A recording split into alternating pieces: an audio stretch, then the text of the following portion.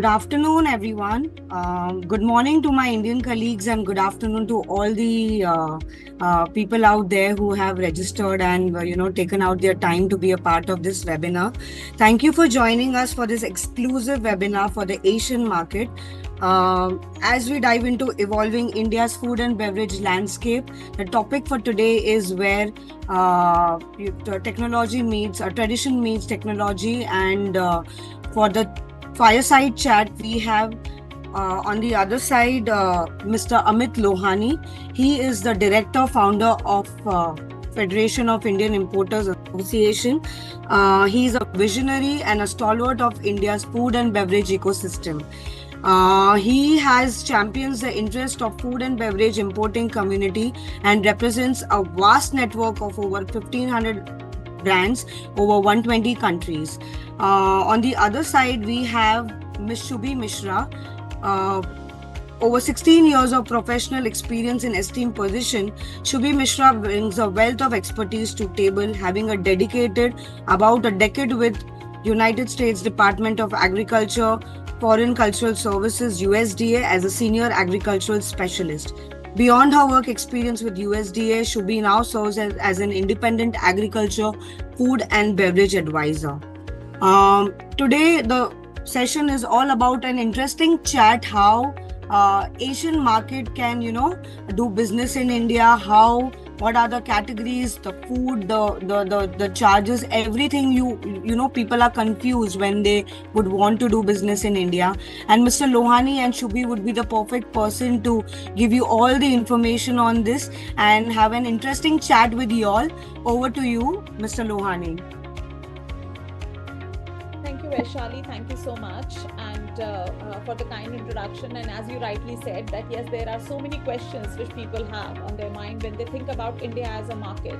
And obviously, seeing anything from a distance creates more curiosity, and you want to learn more before you step into a market. So, firstly, we warmly welcome the initiative by Team Anuga Select India to educate their audience first and to make them aware that what makes sense for them or what doesn't make sense for them, so that they come more informed and more educated before they visit India. And thank you to all of you who have registered for the session, because this, as we say, is the first step in the right direction, that you're trying to get answers for your questions. You're trying to learn a bit more about the India market.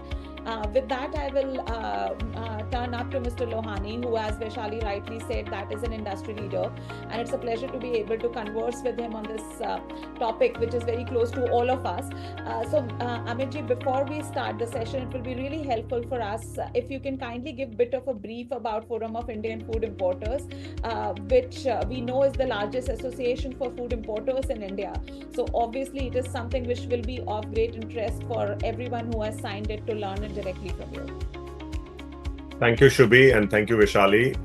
Thank you, Anuga India. So, I represent Forum of Indian Food Importers. We are one of the largest food associations in the country. Our members spread across the length and breadth of India, with more than about 7,000 members. We import about $8 to $9 billion worth of food products, ingredients, seafood, meat, sauces, dry fruits, apples, all kinds of products which are there in the F&B fraternity, or which are consumed by the F&B fraternity. Along with that, a lot of our members are into value addition. They do a lot of joint ventures. They export a lot of products to Middle East, Africa, US, Canada, New Zealand, Australia. And about $4 to $5 billion worth of exports is also contributed by our members in the country. So in totality, our members are contributing to about $12 billion worth of trade. And they represent various brands in the country. They help you with the distribution in the country. They help you connect with it, the retailers, distributors, HoReCa players, institutional buyers, industries. And India in itself is a unique country where importers are a conduit between a retailer and a manufacturer. So if you are an exporter out of any country in Southeast Asia or Asia itself, you have to find an importer for you to penetrate the Indian market, because a lot of retailers do not import in India. It's unlike the US or Europe, where retailers like Lidl or Carrefour or Tesco or Sam's Club, they import themselves and then they distribute it amongst their stores. Whereas here in India, it's the distributor, importer who brings it, and then he has a subset of sub-distributors, sub-stockists who take that product and do the penetration, which is very difficult in India because of the large land mass that we have, and to penetrate the market with different language barriers into different regions of the country. So that is what Forum of Indian Food Importers is all about. I'm one of the founder directors of the forum. It is a 15-year-old association, and today leaves a mark in the F&B industry, and hopefully in the next few years should be able to be a big chamber representing the entire fraternity altogether. Thank you, Shubhi. Thank you so much, Mr. Lohani, and I'm sure Team Anuga India is proud to have an association with your kind self and Fifi, which indeed is of great value. As for advantage of our viewers, again, it will be a great chance for you if you visit the show to meet with Robust Fifi Network, because they travel, visit the show with a huge delegation. So a number of Fifi members, you will see them walking the aisles of the show, and that then becomes an opportunity for you to talk direct business with them. So, Mr. Lohani, first and foremost, there are a lot of headlines right now in India talking about the trade agreements India is getting into. Asia definitely had an advantage, the Asian countries, because they have a trade agreement in India, which gives them an edge. However, we are seeing such trade negotiations are happening with so many countries. If I'm not mistaken, in fact, day before yesterday only, Government of India and Government of New Zealand have launched their FTA talks, and we saw that you were invited by the Prime Minister of New Zealand for a talk where everyone chatted about the trade negotiation coming from all the countries, be it be it UK, Europe, now New Zealand, Australia already has a ECTA. How do you think that it is? Will that continue to be an advantage for Asian countries of what they have benefited from? Will they continue to benefit from their trade agreement with India, or they will lose their USP with these new trade discussions coming into? What is the sense check you have, or what advice do you believe you have for us to think for us when we are thinking about 5 years from now? I think it was a great opportunity to meet Prime Minister Lakson in Delhi, and the fact that he was able to curate an entire ecosystem around him, where the Indian Prime Minister, the Indian Foreign Minister, the Indian Commerce Minister were very happy to initiate these dialogues about the free trade agreement with New Zealand. Now, the only thing, what I believe is that every country has its unique selling point. What Asia has is not going to be coming in from New Zealand. So, New Zealand is not going to send us Thai sauces. They are not going to send us Vietnamese rice paper sheets. They are not going to send us nori sheets and wasabi powder and Korean noodles. So Asia has its own unique flavors and own unique products, which are part of the free trade agreement or the ASEAN agreement, which is there, which gives them a benefit and an advantage to export to India. Similarly, US has its own set of products. So every country wants to sell their unique products. And because the proximity with Asia is such, where containers arrive in India between 4 to 10 days, that gives a huge advantage to any Asian country or member state, where they're able to export to India with less delay. Whereas if you look at US, Australia and other countries, the transit time between the countries is 35 to 40 days. So there is a lot of cash flow issues which come in when you import from these countries. Whereas Asia has that advantage, and it's not going to lose its sheen in spite of the fact that there are various trade agreements happening, because the product portfolio which are being sold by these countries are very different from what is being sold from the Asian countries. That I'm sure is a bright news for many, because that sense gives more confidence that yes, there continues to be more scope and more potential, and that Asian countries will not be allegedly losing businesses to other countries, and everyone will come with their unique selling points. You guys have recently hosted a delegation from, if I'm not wrong, from Thailand, which I'm sure gives you a very unique perspective. Can you talk a little bit more about that? What were they looking for? How is India market accepting or reacting to businesses visiting India? Because I understand there were a number of B2B meetings which have happened. There were knowledge sessions and talks and others. I think this was their largest delegation of about 30 exporters from Thailand. It was part of one of the largest food shows which happens in India, which is Ahar. Now, this happens in Delhi every year, and so the Thai pavilion was one of the largest pavilions as well, where the companies were trying to present a lot of products from their region, from coconut milk to coconut water to rice crackers, Thai sauces, Thai spices, a lot of innovative products like bubble teas and green teas and local Asian flavors which were being produced in Thailand and could be matched with any international product being produced anywhere in the world. And we conducted almost about 100 plus meetings during the 5 days of the event. And it was quite successful. The numbers that I'm getting right now is that we did almost about $3 to $3.5 million worth of on-site sales and a projected sales for the next 6 months for about $10 million from Thailand, which would help to grow the penetration of Thai products in the country. That is very encouraging to know. It just gives a sense that the market has so much of appetite, and that the Indian consumers also, for that matter, have huge acceptance for these flavors now. When I was visiting the show, I saw there were a wide range of products from Asia, from Korean noodles to Malaysian chocolate. What do you see? What products do you believe have more potential in this, specifically for this corridor with India? I think whatever is trending across the world, we see similar trends in India because of social media, because of India having a young population. More than 65% of our population is below the age of 35. And when you look at these teens starting from 14 years to about 25 years, they've started consuming a lot of Korean culture. So K-pop, K-food, K-cosmetics, it's all about that. And all of a sudden, in the last 5 years, we've seen a huge surge of almost maybe a few thousand%, because 5 years ago, the amount of Korean noodles sold in the country were about 5 to 10 containers. Today, it's gone up to about 500 containers, which are being sold. Around 40-45 containers every month of Korean noodles alone are being sold in the country. Similarly, Japanese food has become so popular. We are seeing sushi being made on street side, which is not the ideal way to make sushi. But at the end of the day, it is encashing on the customers, trying to sell nori sheets, trying to sell wasabi, the sushi rice. And instead of using, sometimes I've seen paneer sushi or I've seen chicken sushi, which normally you don't get in Thai countries or in Asian countries, I should say. Sorry, not Thai countries. But the fact that the penetration of Asian food and the second most popular food after Indian food is Asian food. Certain parts of Asian food, whether it is Vietnamese, Thai, Korean, Japanese, Chinese. Obviously, India has its own version of Chinese, which we've learned and adapted and tweaked to our taste. So we have our own chicken Manchurians and gobi Manchurians, which are there in the country. But that is how the penetration of Asian food has happened in India.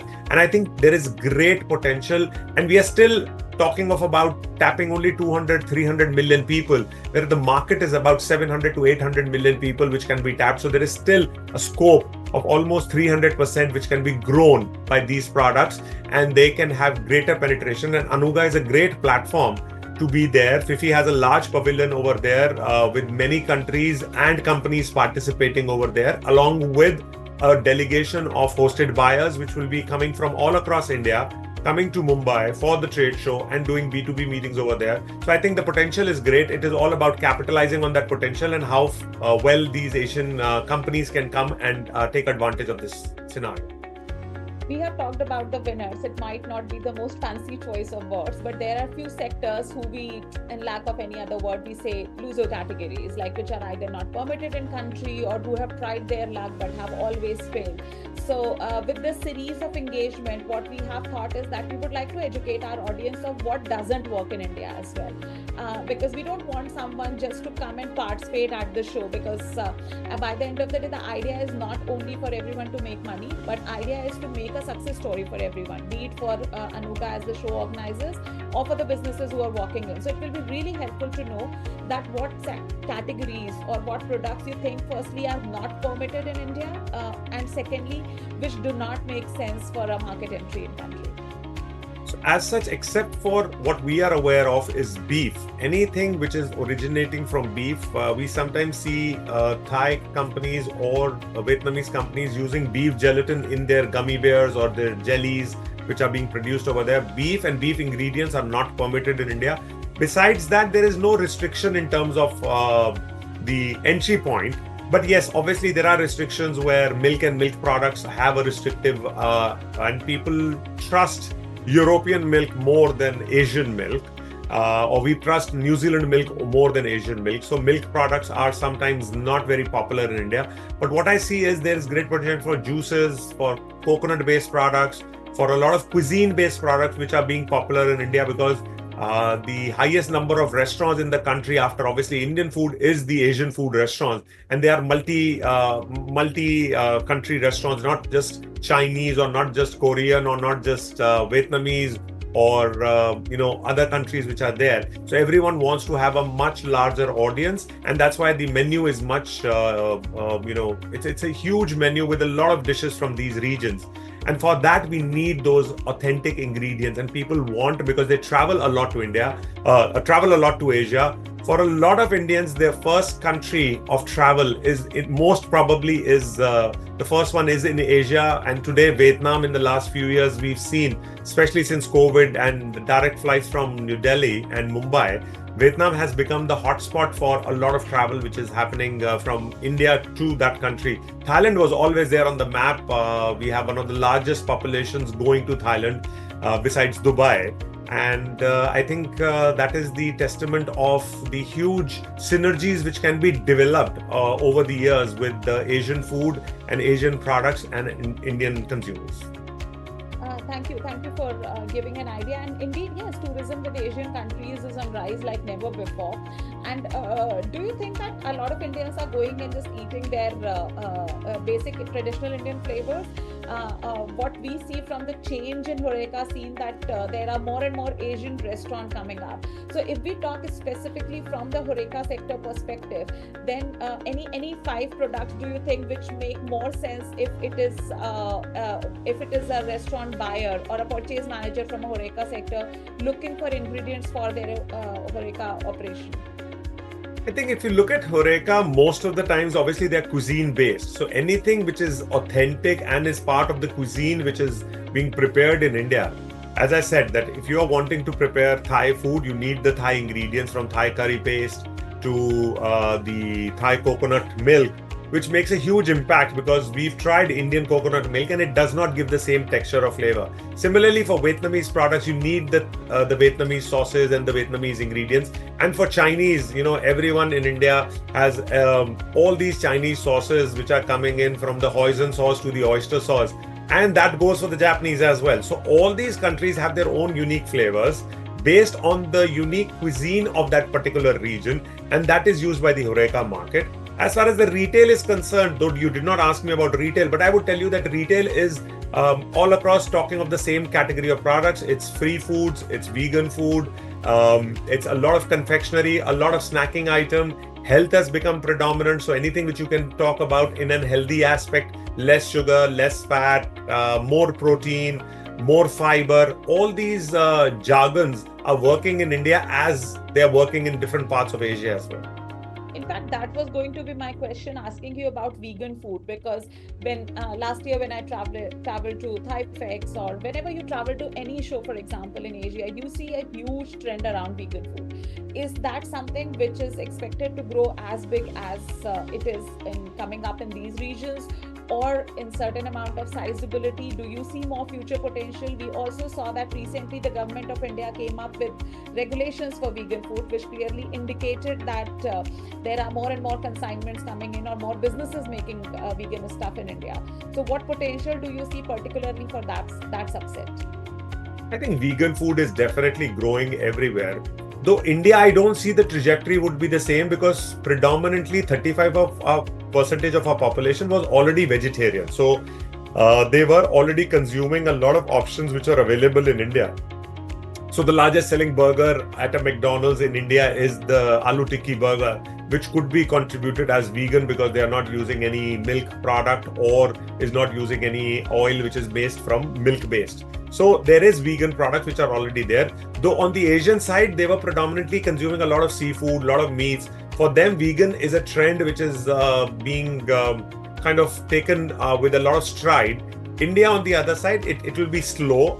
It will grow, but what we've seen is the import of pork meat, import of poultry, import of duck. In fact, Thailand exports a lot of ducks to India for making in Chinese style ducks or duck salad. And in the south, duck curry is very popular.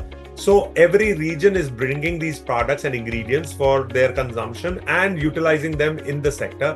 So there are these subsets which are going around, and I think there'll be a great potential for all these products in the market.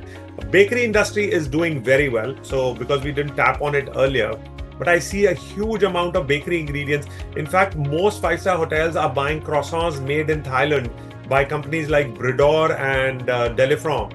And the hotels like JW Marriott's, Holiday Inn, the IHG Group, and all the other groups, the Accor Group, are buying frozen croissants, and doughs are coming in from these regions. From Japan, flour is coming in. So I think we see a lot of Singaporean products. We see a lot of these products which are coming in and being used for production in India for high quality bakery products. Thank you so much, Amitji. When we talk from the perspective of, we see that there is huge potential. There are a lot of goods which can come into country.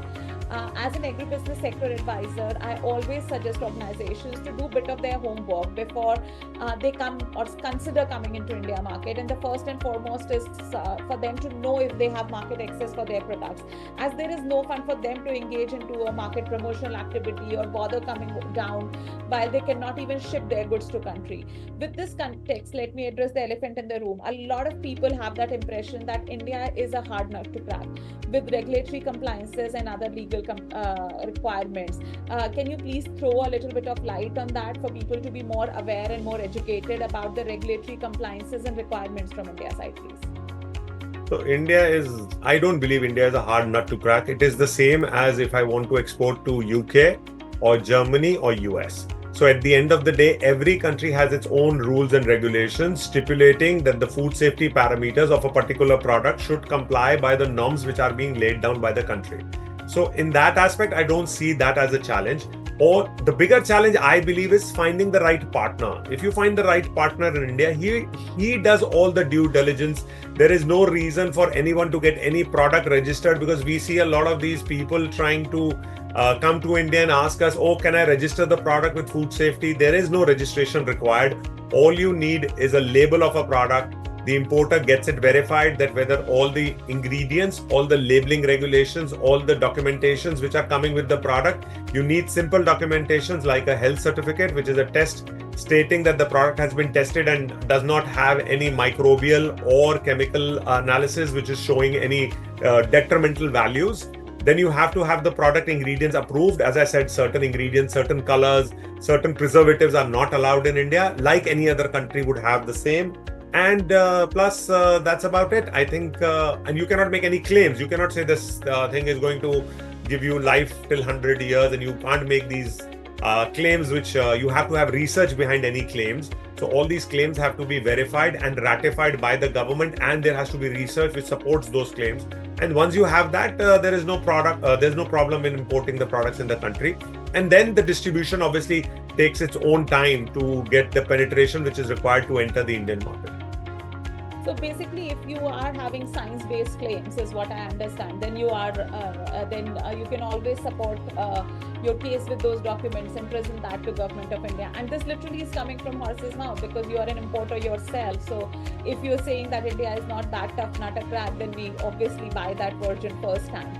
I also understand that if you are taking benefit of any trade agreement, then you have to be particularly more mindful of your country of origin certificate. As a lot of Asian countries take that advantage, then it might be helpful for our viewers to know what specifically does this mean to them. So if you are supplying a CO or an ASEAN certificate, AI certificate, it needs to talk about the value addition which has been done in that particular country, or if the product is produced in that particular country. To give you an example, Singapore has a FTA with India in the ASEAN region. And if we are importing anything from Singapore and we want to take advantage of that particular agreement, we need to make sure that the product which is being sold by a Singapore company complies by the rules of value addition, that there is at least 30 to 60% of value addition which has happened in the product. And the product, because Singapore doesn't have that much of manufacturing, and a lot of their manufacturing is happening in Johor Bahru or the Malaysian region. So I think that is required, and that is being submitted to the customs over there. And once the custom believes that this HSN code complies by the norms which are there in the ASEAN agreement, they issue that certificate, and then the product can be brought in from 0 to 10% duty, instead of the 30% duty which is normally there as a base on most products coming in from Asia.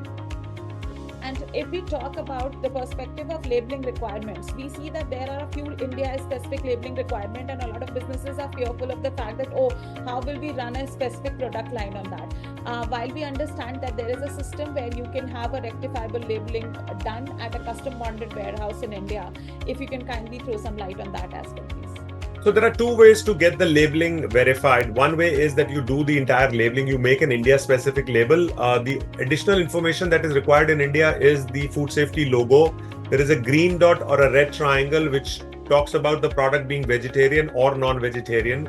And then is the MRP, which is maximum retail price. Now this is a fixed price, which means that any product coming in India has to be sold at a specific price. It can be sold below that price, but cannot go beyond that price. Nevertheless, keeping aside the fact that it might be in a mall, or it could be a street side vendor or a small mom and pop store selling the product. As far as that is concerned, the other way is that you bring the product in India. You have a custom bonded warehouse, you take the product into that bond and you apply small stickers on top of it, which can be affixed and are non-detachable. And once that happens, you can then bring it to the customs and food safety, and they will verify the label and they would give you release of the product. Great, that is helpful to know. When I think from the perspective that if an Asian exporter is willing to come to India, I think that Anuga Select is positioned in a very strategic manner. It is established. The show has established itself in Mumbai, which is the financial capital of India, and that adds a lot to its appeal. We always encourage everyone to come and visit the retail scene of country. We obviously don't have the amount of 7-Elevens which Thailand has. How do you see the retail sector resonating to that? Because when an international player comes in, they suddenly get a bit of a shock that, oh, the organized retail sector in India is only like 2 to 5% for food and beverage thing. So is the unorganized sector as accepting as it is in their country for the organized part of it? So as a business, how do you see that part? I think we see a varied point of view on that. Now, the organized sector in India varies from, as you said, 2 to 5 is a smaller number. I would say anywhere between 7 to 15%. But for certain categories, it's 35%. Certain categories, it's 45%. So it depends on what category of product you are selling and wanting to sell in the country. So for, let's presume if you're talking of truffle oil from Italy, organized sector would be at least 30% of the market. E-commerce today for truffle oil would be about 20% of the market. Whereas for categories like fresh fruits, organized sector would be like, maybe 5% or 3% or 4%, depending again from region to region, because organized sector is always trying to concentrate itself in high density population areas. So the metropolitan cities, the tier 1 cities are the ones where the organized sector pitches itself. Whereas the unorganized sector is millions and millions of shops across the country in the most remotest of location where people can't even imagine of having a store, but the unorganized sector has that penetration over there, and that is where the market is. And this is where our importers have created a distribution network of anywhere between 100 to 500 distributors who use this network, who are our network, to get that penetration deeper and deeper into the smaller towns. Because in India, there is no dearth of wealth. Wealth is available in small villages. There might be a farmer who's doing huge business in a small village in Punjab or Rajasthan or Karnataka, and he wants to eat those products which he tried and while his travel during to Europe or Southeast Asia or the Middle East or US. So I think everyone has that aspiration, and that plays an important role in India. That Indians they're not averse to international food. They are quite acceptable. Their palate absorbs that flavor. The only thing is, yes, over a period of time, they want their Indian taste and flavors back. So that's why when they go to Thailand or Vietnam or China or any other place, for the first few days, they are happy eating the local cuisine, but then they want to come back to their Indian food, eat that bread or chicken tikka masala or butter chicken or biryani to get the same taste back. So that is something which is very common with everybody. Even when Thai people come to India or Japanese come to India, they love Indian food, they go to Indian restaurants, but after 2-3 meals, they want to taste the same Japanese authentic flavors that they are accustomed to. a lot of food for thought, honestly, a lot for us to work on, a lot for us to deliberate on. And thank you so much for sharing such intense amount of knowledge with our audiences. With that, our key takeaways remain that we do not have to ignore any subsector, be it retail, be it HoReCa, organized or unorganized. Quick commerce is growing, e-commerce is there. So, and intermediate product range where your products can be used as an ingredient. So, with those thoughts, I'm sure that a lot of businesses would have noticed and realized by now that Forum of Indian Food Importers will be present in full force at Anuga, which and it is important for you to know because they are all the importers for food products. So they basically are your first layer of market entry. So what we suggest you is that please do your due diligence. Please know that whether your product has market access in India or not. Feel free to write to us.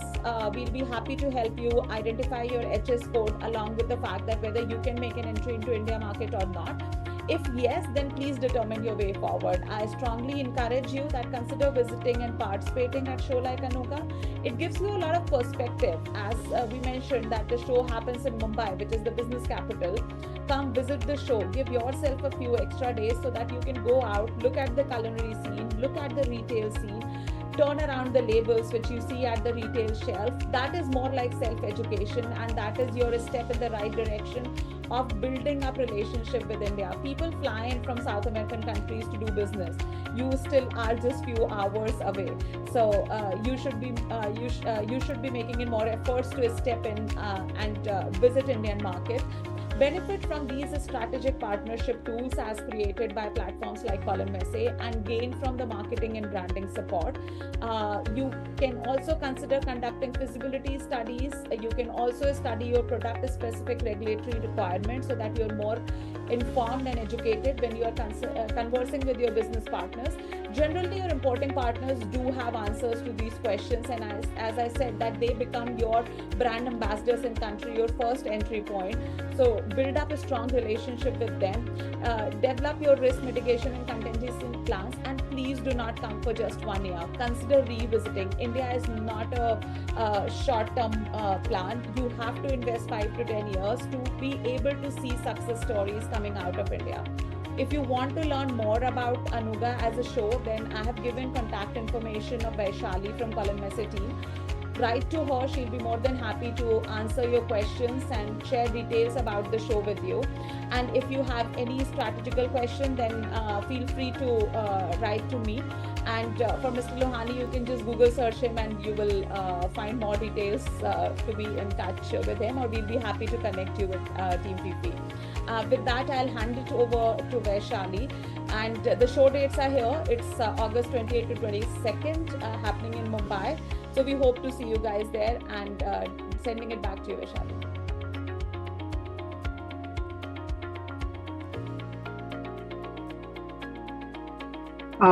Thank you, Shubhi. Thank you, Mr. Amit. It was a lovely session. We have some questions from the audience. One of the question is someone has asked, can we know a little bit in what's the requirement for APIDA in order to be a part of the, APIDA is Export Promotion Body of India, which is a joint body under Ministry of Commerce and Ministry of Agriculture, but it functions more on mandate of Ministry of Commerce. They are committed to promote the export of agricultural and processed food items from India to the world. They also are the agency which define the regulations for organic food products in India market under NPOP. They now, Amitji, correct me if I'm wrong, have also shared those regulatory requirements with FSSAI, which is Food Safety and Standards Authority of India. And if Amitji, you can talk a bit about the organic certification in conjunction to APIDA and FSSAI, please.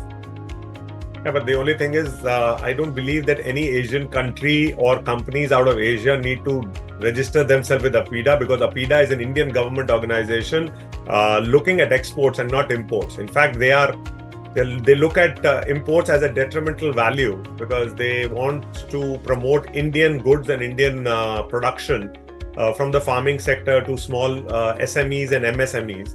And as far as organic is concerned, they don't want organic to come to India, and they are trying to kind of push organic from here to there. So officially and unofficially, PETA does not want organic food to come in the country, and that's why they don't give any certifications to allow organic food in the country. So we normally, when we have to bring in products, we bring in the conventional products. A few times when organic products have been brought in the country, then the food safety has requested us to put a black marker on the word organic and sell it as a conventional product, because at the end of the day, the product is the same. The only thing is that the product is produced with organic ingredients. So that is how it has happened. So I am not sure why they want to register with APIDA. So no, I get the point, because whenever you go and search about organic food products, then APIDA comes out as the agency.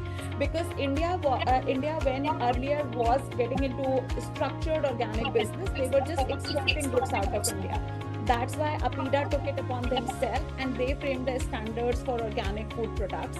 And as we talk about organic food products, eventually Food Safety and Standards Authority of India, which is the nodal body that defines the standards for food products, they decided that now is the high time, as the sale for organic food products in Indian market was also increasing. So that was the part. But as Mr. Lohani rightly said, that India does not have a trade agreement with a number of countries, or a recognition agreement rather, I should be saying.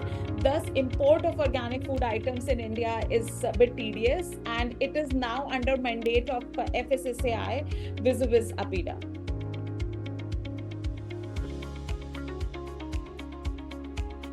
Thank you, Shubhi. There is one more question. For Asian countries like Bangladesh, what potential do you see for a bilateral trade? India, Amitji, would you like to please take that one up? I think what we see is Bangladesh is a big producer for a lot of products. But the only thing is, most of the times it is local food which comes in from Bangladesh towards the northeast part of India. And there is a lot of trade which happens on the borders from Dhaka to West Bengal. And as far as processed food are concerned, there are many factories which are being set up now over there, and that would have a great potential, like similarly the way we have great potential with Nepal. In fact, a lot of our companies like Dabur have set up their plants in Nepal to produce products over there and then brought into the country.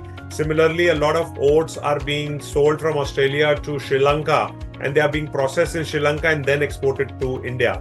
So the product categories would remain the same. Anything which is local, unique, from snack foods to meat to processed foods, sauces, all these products have great potential in the Indian market. Thank you, Amitji. One more question, maybe anyone can answer it. How is the trade for seafood and meat categories from Asian countries, and what are the legal requirements for the same? Any meat and seafood product, or Vaishali, there is the country governments need to sit together and have an agreement which is called as a health certificate agreement. So that is the prerequisite between the two countries to have before the product can be defined to have access into the India market. Amitji will be the right person to talk a bit more about it and to educate us more on that, how the trade for these categories are growing in India, and if there are any more specific requirement around the same. So if you want to export seafood and meat to India, there needs to be the phytosanitary requirements of Indian government, which are being defined by the Department of Animal Husbandry and FSSAI. So there is a unified certificate. The country or the government of that country or the regional province of that country has to certify that certificate from a veterinary doctor that the product conforms to these norms. And once that is there, and the governments interchange that, then you have to, as an Indian importer, we have to go to the Department of Animal Husbandry, which comes under the Ministry of Agriculture, and apply for a SIP, which is called Sanitary Import Permit, which requires us to put the production process, the product that we wish to import, the label of the product, the country from which the product is being exported, and whether the country is already being recognized by India as an exporter for these products to the Indian continent, Indian country as a country. So that is where we bring in those products. And once that is done, currently we are importing some bit of seafood coming in from Japan and other countries. Most of the seafood comes in from Vietnam. So obviously Basa comes in from Vietnam. We have salmon coming in from Norway. We have green shell mussels coming in from New Zealand. And then some Alaskan and other countries are trying to export some seafood and meat to us. Pork meat comes in from a lot of European nations, from Poland to Russia to Canada, and now Chile and even Argentina are planning to export a lot of pork meat to India. So, Amitji, when we talk about seafood and meat products, or rather, I should say sensitive products, how does the supply chain differ for them? Is there a lot of change in the supply chain strategy? The impression of cold chain market dynamics evolving in India, is that something which is now playing in favor of trade, or is that still a challenge faced by businesses? As far as importers who are predominantly working in this particular category, they have equipped themselves with the best cold chain facilities which are available in the country.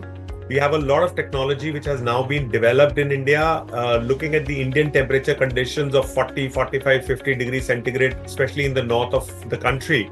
And we are able to supply the products with immaculate cold chain logistics, which are available in the country. We have data loggers and we've checked that. So I don't see that there is any breach. I think the major breach happens when the product moves out of the warehouse of the importer or the retail store. Because once it leaves the retail store, there is no control over the product, whether it is being stored in the right temperature, whether the refrigeration unit that they are using is maintaining a minus 18 or for chilled products 4 degree centigrade. That is where the challenge is. Otherwise, on a day-to-day basis, we don't see as a major challenge in terms of cold chain. It's expensive, but there's no challenge. Makes sense, because even last year when I was at Anuga, I was seeing that there was this huge chef platform, which the culinary theater, which was created, and we have seen that a lot of businesses, both for plant origin products and animal origin products, were doing their chef demonstration. People were talking more about them, and there was a lot of crowd around that as well. So that was giving us a sense that the demand around meat products and seafood products is increasing heavily. So possibly that is what our audiences thought as well. Correct. Great. So before I hand it back to Vaishali, are there any more questions or? No, we are done with the Q&A. So I just have one more question here, which someone has written. We are keen to visit India. Can you please share a few details about Anuga for us to take a decision about participation? For the fellow attendees, I have shared the contact information of Vaishali with you. Anuga Select Show has emerged as a great platform, specifically focusing from Mumbai and targeting towards the Western India market, and then the Pan-India presence is what we are seeing, because we see attendance from, as we said, members of Forum of Indian Food Importers, chefs are participating in the show. They all are walking the aisle spaces, the purchase managers from the key hotel chains, the retail store managers, category heads, they all mark the attendance at the show, giving it quite a unique perspective for you to consider visiting the show and to gain first-hand experience. Vaishali will be able to share more in-depth information with you if you write to her, because the team does organize retail walkthroughs, wholesale market visits, and market information pieces ahead of your visit to the show. A number of countries are already participating. FIFI itself has a large presence. So when we say FIFI has a large presence, it kind of gives a surrogate advantage, because FIFI members are the importers. So importers are exhibiting, that gives you an advantage to go and meet with them firsthand. And primarily when they're exhibiting, then it is the decision maker who is sitting at their booth. So you can benefit from that part as well. And Mumbai, being the financial capital of country, is head office to the major retail chains of India. So that advantage also the show has. So that is, those are my 2 cents on Anuga as a show. Vaishali, if you have anything to add on to that one, with that I'll give it back to you. Thank you, Shubhi, for answering all the questions, but we still have one more question from the audience. Earlier, it was mentioned that retailers do not normally import themselves, but through local distributor. So, is it the same trend for Horeca as well? Is someone who has asked for it? Generally, yes, because Horeca sector players, like retailers, they visit the shows, they make the decisions that whether these are the trends they want to bring into country or not. And when they make that decision, they generally reach back to their potential importing associates, and there they create an alliance that if an importer can bring the product in for them. Amitji, I think I'm giving the correct understanding of the supply chain here, or No, it is up somewhere. No, it is correct. And what we see also is that if you look at brands like Kikoman, brands like Likamki, all of them have importers, because there is no individual Horeca company in the country which can import a container of Kikoman sauces or can import a container of Likamki sauces or any of the Thai sauces, whether it is Namjai or any other product. So you need an importer who's able to give you fresh product, apply FIFO in the systems, and supply you on a consistent basis across the country. Also, there is no centralized warehouses which these Horeca players have. So they want individual supplies. So they want supplies at, let's presume, 25 hotels in the country. They don't have a centralized. They have a centralized purchase system. But then that goes to the importer, and then the importer sends the product to the 25 or 30 or 500 locations that the hotel might have, or the Horeca player might have. So I think that works in that aspect. So there is no reason for any Horeca player, or they don't even have the capacity to import a full container of a product. Yeah, and also what generally happens is that when To be a mute. Sorry.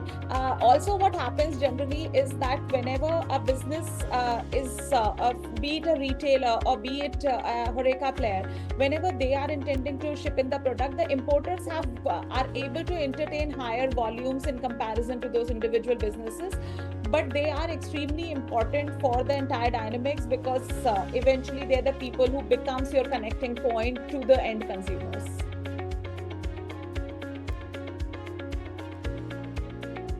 Okay. Do we have any more questions?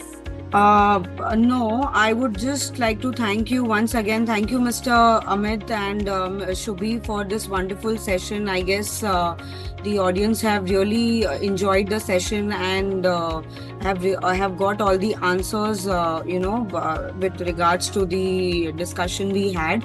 I will just like to conclude in a very small way that Anuga Select India, like a small glimpse of 2024, where we had around 350 plus exhibitors and 28,000 visitors, and across 50 countries presence in the show, where we had around 10 country pavilions, right from Brazil, from Italy, from South Korea, and many more, Saudi Arabia, who are a part of this event. This year, we already have a great presence from Thailand. We have a Thailand pavilion organized by DITP. We have few companies from Japan, Vietnam, and many more Asian companies and European companies. So in case if anyone who is looking forward to participate and need more details, you can write to us and we'll be happy to help you and give you all the details and understanding of the event. Thank you so much.